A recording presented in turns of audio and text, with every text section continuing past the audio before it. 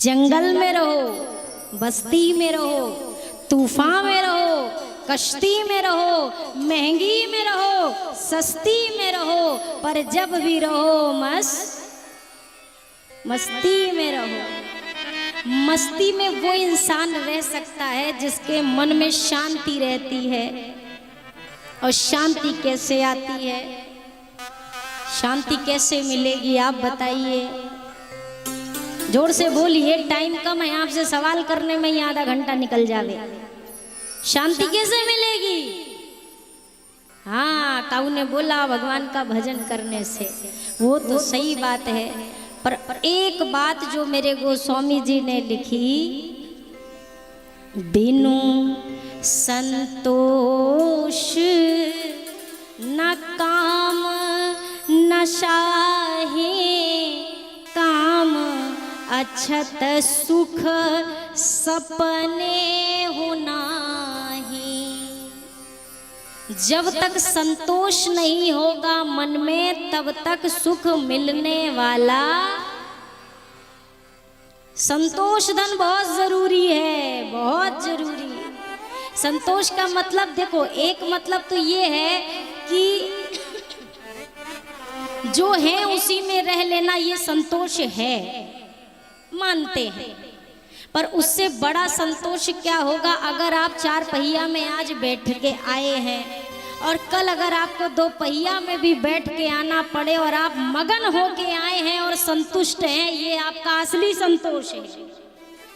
चीजें ना रहने पे संतुष्ट रहना ये अलग बात है, पर चीज मिली खो गई तब भी आप अगर संतोष में हैं तो आप असली संतोषी महानुभाव हैं।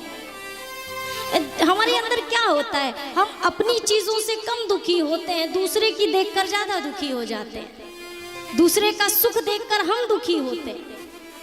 एक व्यक्ति उसने देखा कि मैं तो साइकिल से चलता हूँ, मेरे बगल वाले ने बाइक खरीद ली, पड़ोसी ने।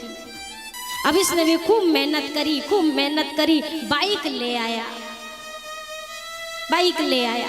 अच्छा, ये अभी अपने शोरूम से बाइक लेके निकला ही था कि बिल्कुल पड़ोसी के द्वार के सामने जाके हॉर्न बजाऊंगा और दिखाऊंगा, देख मैं ले आया। पहुंचने ही वाला था कि चौराहे पे उधर से उसका पड़ोसी आया और इधर से ये नई गाड़ी, उधर से वो नई गाड़ी। अंतर ये है कि अब उसकी 4 चक्का हो चुकी है, ये अभी अभी 2 पहिया लेके निकला और उसने तब तक 4 पहिया खरीद ली। और जैसे ही इसने उसकी 4 पहिया देखी, अब इसको लगे कि हमारी गाड़ी का वो भिड़ जाए, कि गद्दी फाड़ दे, कि चक्का का पंचर कर दे, क्या कर दे। पूरी गाड़ी का सुख 1 मिनट में, जो गाड़ी अभी इसको बिल्कुल पुष्पक विमान की तरह सुख दे रही थी ना, एक पल में ठेले के भाव पे आ गई, दुख देने लगी। क्यों? अब इसको ये संतोष नहीं है, ये संतोष नहीं है कि मेरे पास ये चीज तो हो गई। ये अगले का देख रहा है कि मेरे वाली गाड़ी में अभी 2 ही चक्का है या कि मैं 4 लग चुके हैं।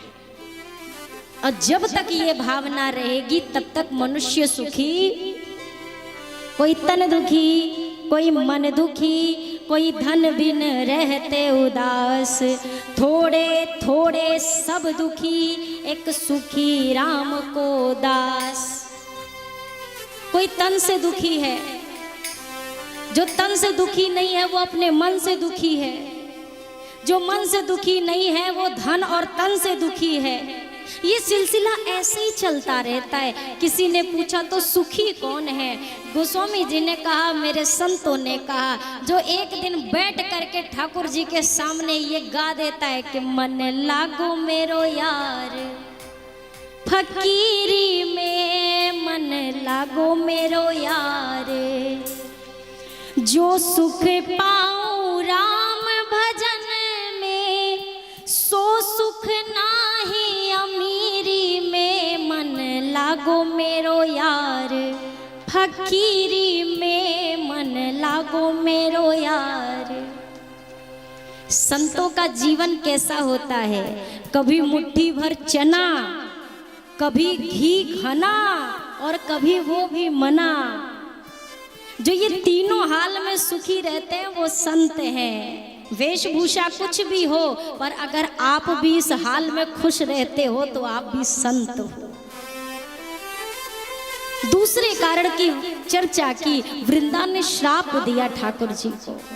वृंदा ने कहा आपने मुझसे छल किया, मेरे पति को मुझसे दूर किया, मेरा पति आपकी पत्नी को आपसे एक दिन दूर करेगा। आपने मुझे छला है ना, श्राप देती हूं आप पत्थर के बन जाएंगे। भगवान को जैसे ही पत्थर का होने का श्राप दिया, लक्ष्मी जी आई, देवगण आए, वृंदा जी से प्रार्थना की सृष्टि का नाश हो जाएगा, कृपा करो। ठाकुर जी को तो पूर्व रूप में वृंदा जी ने कर दिया, पर स्वयं को जलाकर भस्म कर दिया।